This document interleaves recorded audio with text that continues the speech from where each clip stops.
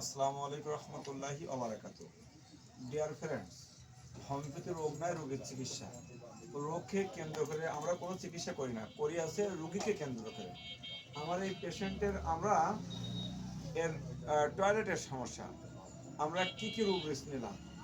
আমরা প্রথম element from anticipation, toilet লাগলে ভয়তে টয়লেটে যেতে চায় না, মানে এড়াই যাওয়ার চেষ্টা করে, যেটাকে রেপার্টরি ভাষায় বলা এলমেন্ট ফর অ্যান্টিসিপেশন, মানে আগের থেকে ভয় পায়।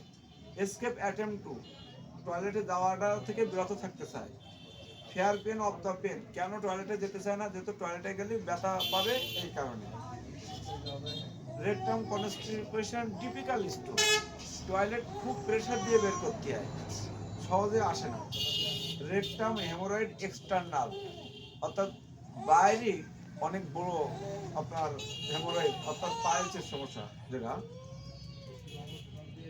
রেকটাম হেমোরয়েড লার্জ, অনেক বড়, সেটা যেটা বলিটা বেরিয়েছে অনেক বড় বলি।